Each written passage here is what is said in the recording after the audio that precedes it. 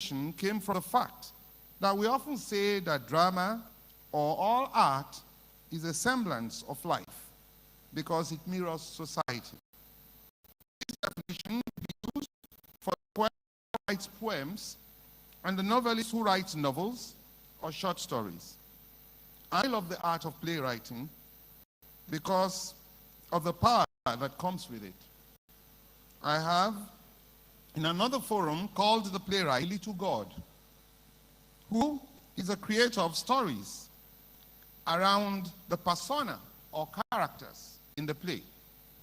He allows them to give birth, grow into human monsters, say words which he wants them to say, allows them to fall sick when he pleases, and kills them if need be, or when he feels that his story no longer needs a particular character. That is why Gloucester's speech in William Shakespeare's play, King Lear, often comes to my mind when I think of the creative mind as a god. As flies are to wanton boys, are we to the gods. They kill us for their sport.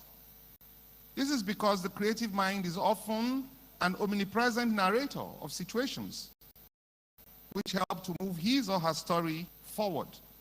So for me, playwriting is fun, a sport, which gives the writer the power to tamper with humanity and allows man to delve into human mannerisms through the stories he or she chooses to write.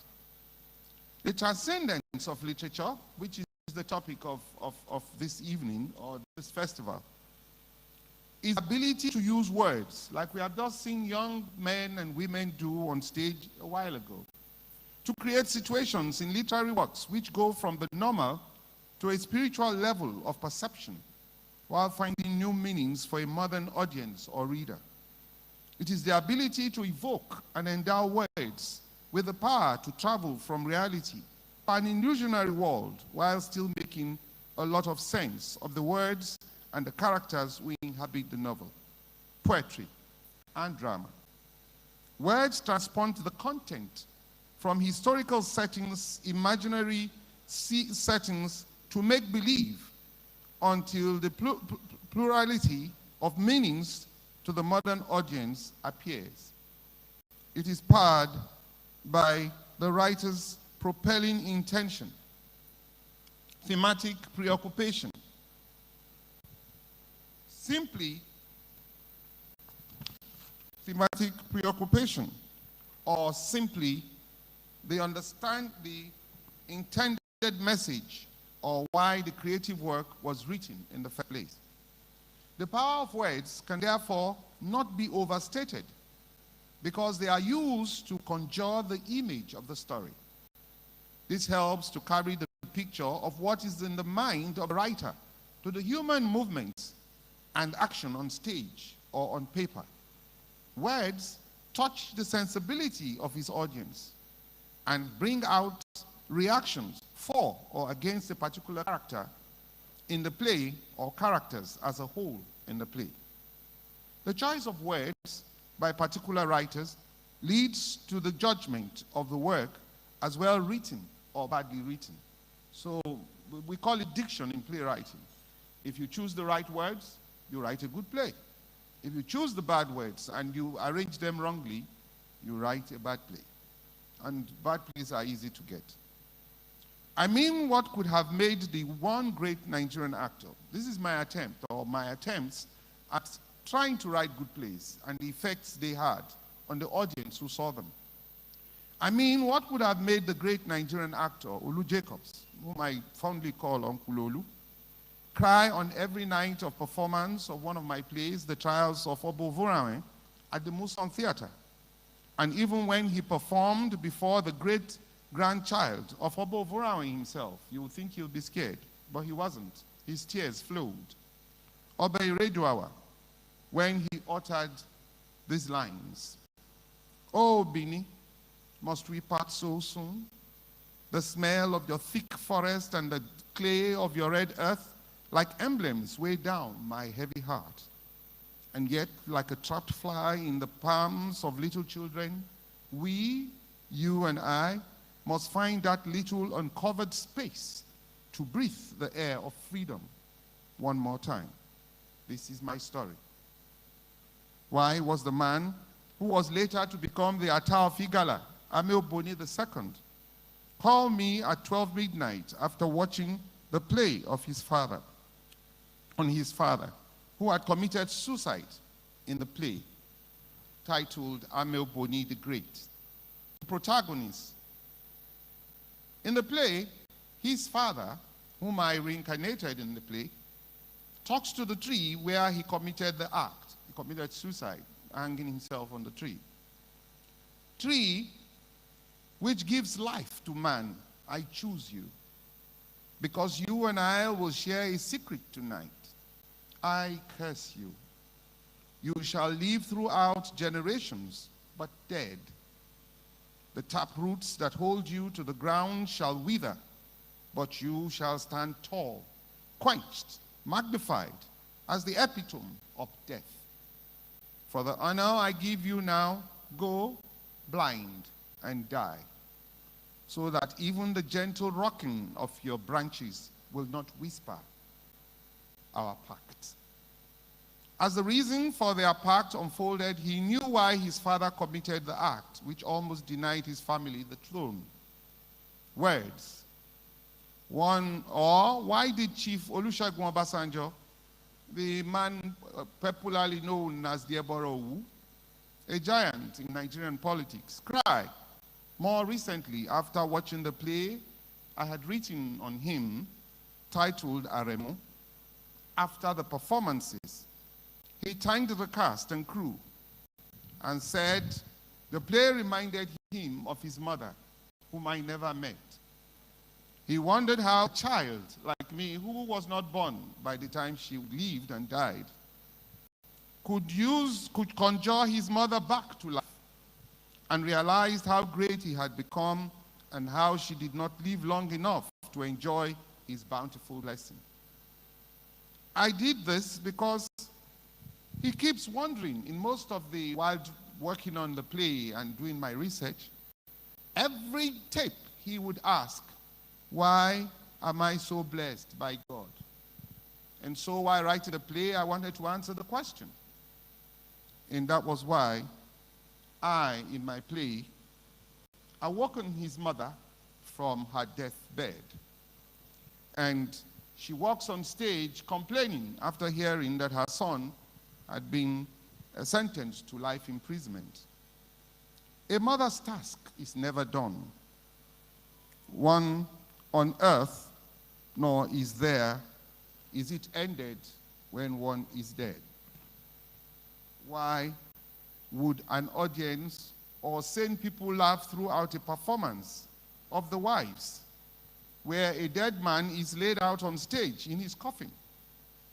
Or why do almost all the members of the audience cry when they learned that the character they had loved and forgiven as a ghost from the beginning of the play, in my play Tutti, was dead? Each time I watch the play with the audience, I almost deny knowing the playwright. One particular time, I had to apologize to the crying audience that I'm sorry I wrote it in such a way I will never do it again. But words. So when Leo Tolstoy asked what is art, or Jean-Paul Sartre asked what is literature, I would have just given a simple answer. The use of words to paint a picture of humanity. That is art. Words. Yet, I must quickly add that the people... Thank you. Yet, I must quickly add that a people or a society is never static. It moves. So does the language of the people who exist all the time the writer writes his works for. Each society, at any given time, demands for the literature it gets, and also demands for the language and the words which the writer must use. This is me trying to explain why I didn't understand Shoyinka's English. Writers must be prepared to go beyond the old lofty cliches of being referred to as the teacher, the soothsayer, and the prophet of society. New times demand that the writer be the observer and soul of society. We just saw the young men and women come on stage, and they were not talking like just prophets or seers. They were talking as participants in the movement of society's problems. So, writers must be prepared to go beyond the old lofty cliches. And this is exactly why the works of one of my favorite musicians of all time, Fela Anikulapo Kuti, lives when he described the class system as one in which the citizens were always suffering and smiling. I hope you remember that song. Go beyond the singer, this dancer and writer of those many biting words. So after his death, his apt true words still portray our present socio-political economic reality. 24 years and counting. When people say Fela lives, or I see Femi and his sister talk about Felabration, I believe it is not the body of Fela, but in the strength of the words that Fela lives.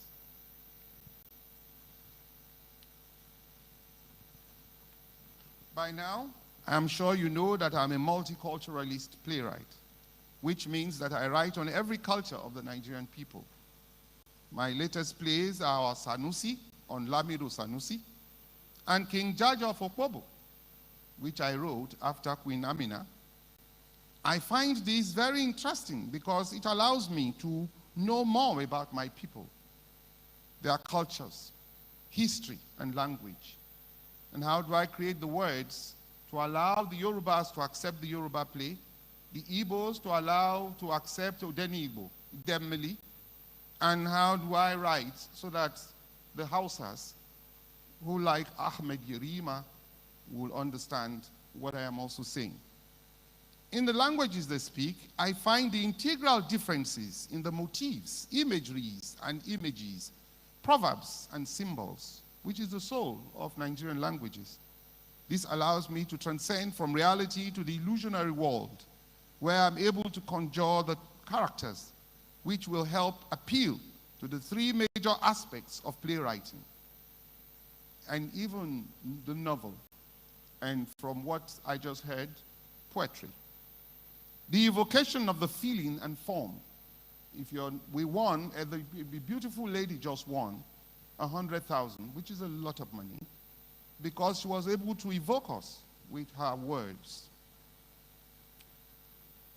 The aesthetics of the play, or the words, or the novel, which combine to send messages of the play to the audience. The audience, you and I, the society, the world, become the people who get these words when the messages are sent. I have often defined plays as letters, letters from the playwright to the director. And what do we use to write letters? Words. The audience must understand your words in order to have a proper grasp of the play, and then be able to empathize with the thematic preoccupation of the playwright or the novelist or the poet. In conclusion, words allow the writer to be helpful to the world, beautify the world, and leave an epitaph with the world. It allows the writer to leave a legacy that defines time. Words finally allow the writer to seek the truth about existence. But has any one artist ever succeeded in doing this? No.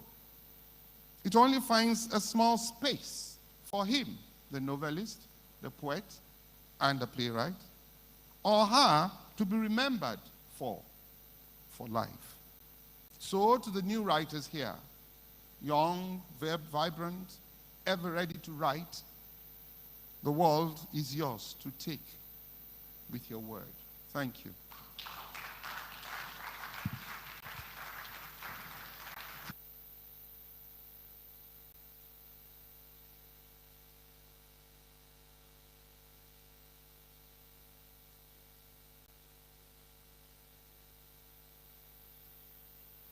Fantastic. Thank you so much, sir.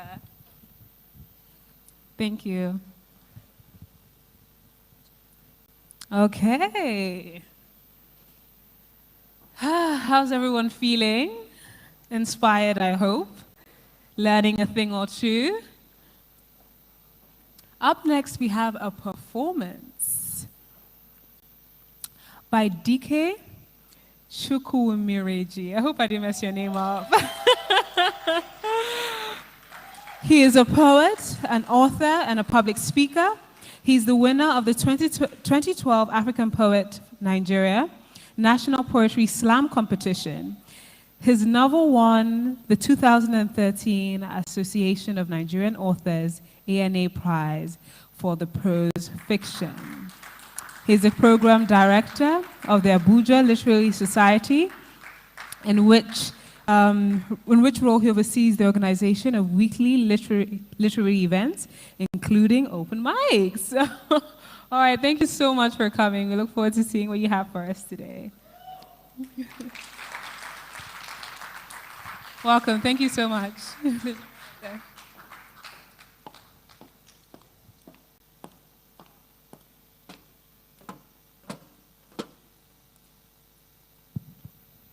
Thank you for having me. I don't really like introductions. I'm just a poet. I'll start with a poem titled Nawa. If you see something that boggles the mind, like a taxi that stops in the middle of the road, in the middle of traffic, fast-flowing traffic, to pick a passenger, do these people think? So you come around him, come up beside him, do a finger like this to gently chastise him, and he shows you waka, yells out, your mama, you know, go where you go, see bloody bagger. Ah! He hits up the blood. You consider swerving, cutting him off and showing him something. But will you wrestle a taxi in your brand new Honda? So you shift to gear 2 and mutter, now wah. I say when you see something that scatters the head, like a boy that comes home with report card and it's written suspended for smoking Igbo, and you look up, Junior, and he answers, yo. So you call to the mother, have you seen this? And she answers, no, honey, is it serious? So you show her, she screams, Marina Jesus, and descends on him with a slap and her slippers. Ah! It hits up the blood. You consider standing, drawing out your belt and showing this boy something, but you can see from his eyes that beating won't help. So you sigh, now wah, and say, baby, stop. I say, when you see something that boggles the mind, like a man that walks to the top of the line, like the queue is not there, you know what I mean, and everybody around you is just whispering. So you step out of line to walk up to him, to do a finger like this to point out to him that rules and cues are there to be followed, but the people in front are all hailing distinguished, distinguished. Ah! It hits up the blood. You consider shouting, distinguished at what? Shamelessly shunting, but you're looking for a job and he has the influence. So you sigh, now wah, and walk back to your place. I say when you see something that beggars the belief, like John over there, as frail as a leaf, as thin as a copper wire, so he's regularly used as the HIV patient in all the school plays. And there he sits munching his favorite biscuit. When Okoro walks by with his thunder thighs and biceps for hire, snatches his biscuit and says, talk and see fire. But John jumps up and just jacks him to heaven, shows him the stars, then slams him to oblivion. And as Okoro lies there now groaning, Ewo, we turn slowly to John and whisper, now wow. For how else can you say what cannot be said? When your ears hear a thing that should not be heard, like a man that is richer, much richer than you, but has no factory or business anyone can point to, except that he started as personal assistant, to the local government chairman, then special assistant, to the state governor, then House of Reps member, and now he has mansions all in Abuja. And when he invites you to show you around, this friend from your past who swears, "Na God," and you don't have the courage to contradict power, just whisper, keep whispering in awe, "Na wah." Say it aloud to yourself in the darkness when you're woken up by some senior mosquitoes. Say it and laugh when they give you that gist, how a bird dropped from up and turned into a witch. Say it in anger as you're watching the news, a governor there boasting of digging boreholes. Say it frustrated as a woman is walking, but you can't turn and look because your woman is watching. Say it in anger at these maverick people, swaggerlicious people all forming Yankee, each day as she dawns with her trauma and drama. Say it in love, Nigeria. Now, wow.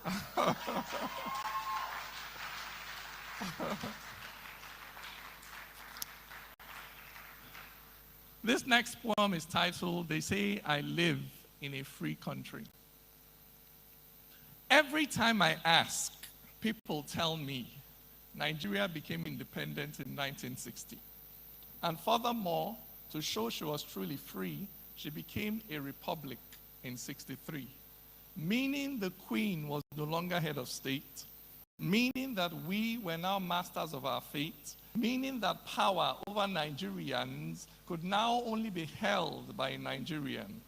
It was why we sang and danced in the night, why we lit fires that burned through the night, why we chose a flag colored in freedom, for now we would be kings in this our kingdom. But our first head of state was Igbo. And the next, though a soldier, also Igbo. Then Angas ruled, followed by Hausa, and then came the turn of Yoruba. Then Hausa came back for a term cut short when power was taken by an Hausa gunshot. Then Gwari claimed his turn to rule, but a mandate stolen was his downfall.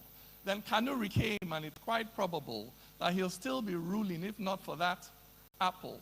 Then Yoruba returned not once, but twice. Then Hausa returned, but died in peace. Then they left us a while to worry and wonder. And when it was over, Ijo had power. And after him came that titanic shift. And now we can see that Hausa is back, leaving me with this troublesome thought: where in all this is my own president? For where I was born is not where I'm from. And where I'm from is not my home. So when the tribes gather, I often wonder, who will I fight when you're both my brothers? Nobody asked when we were children, before we play, are you a Muslim? We shared a space that nobody claimed, but now you ask me to choose a side. When we were students, nobody asked if North and South could share a desk, if East and West could study together. But now you tell me that I'm a stranger. Stranger, yes, to these ways of thinking. Thinking that tribe is everything. The Niger and Benue, they meet in my hand. I'm not an indigent, but this is my land. And this is my language. I speak nothing else. My home is here. I have nowhere else. My tribe is my nation. I am nothing else. And this is my country. I have nowhere else. And so, though people are quick to assure me, to tell me this country I live in is free, deep in my heart, I know that freedom, my freedom, is yet to come. When no one will question my origin, when no one will call me a non-indigent, when no one will kill me because of my faith, when no one will cheat me because of my state, when my state will be wherever I live and will change whenever I choose to move. The day I find, not a Nigerian president, but that a Nigerian is finally president.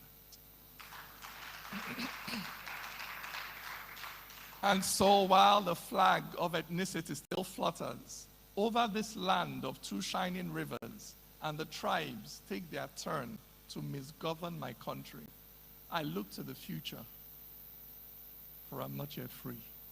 Thank you.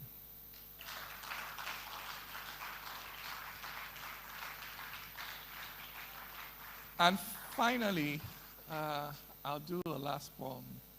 that I always like to do, titled The Wall and the Bridge.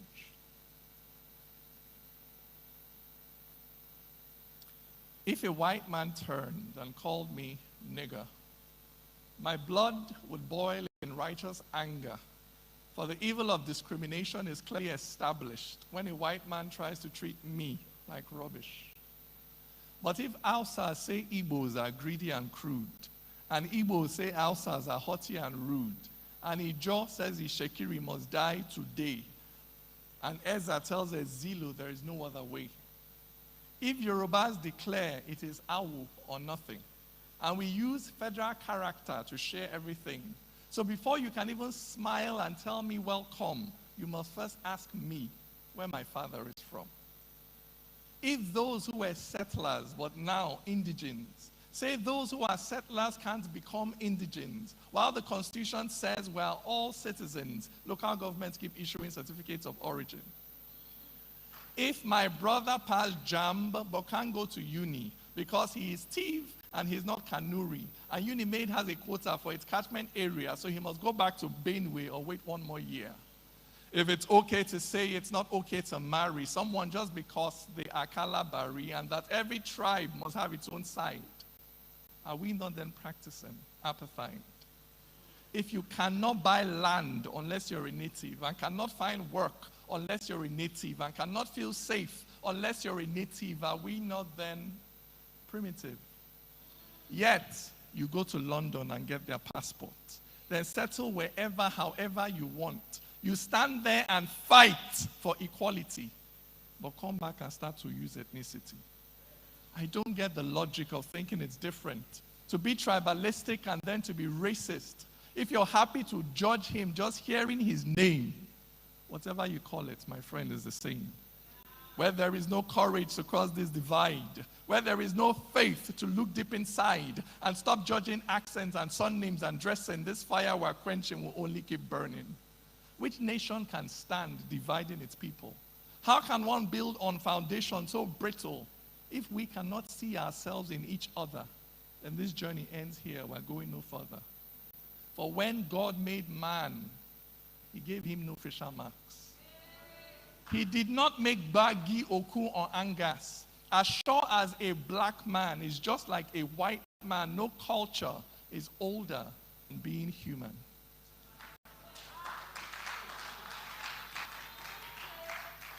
This is the truth until we accept it. Our nation will stumble on its broken feet. For the same things can bind us that drive us apart. For the wall and the bridge are both in the heart. Thank you very much. I appreciate it. Wow, wow, wow, wow. Fantastic. Thank you so much. Thank you so much. Can we keep clapping, please? Thank you so much.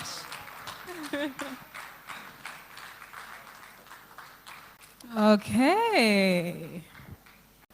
We're now taking the appreciation of words into a new medium.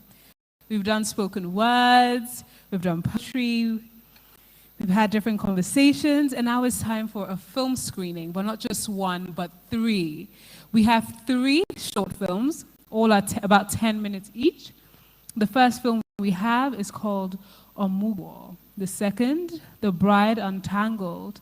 And the third is the winner of the European Film Festival, titled Oko Kewe Akweke. Hopefully I got that right.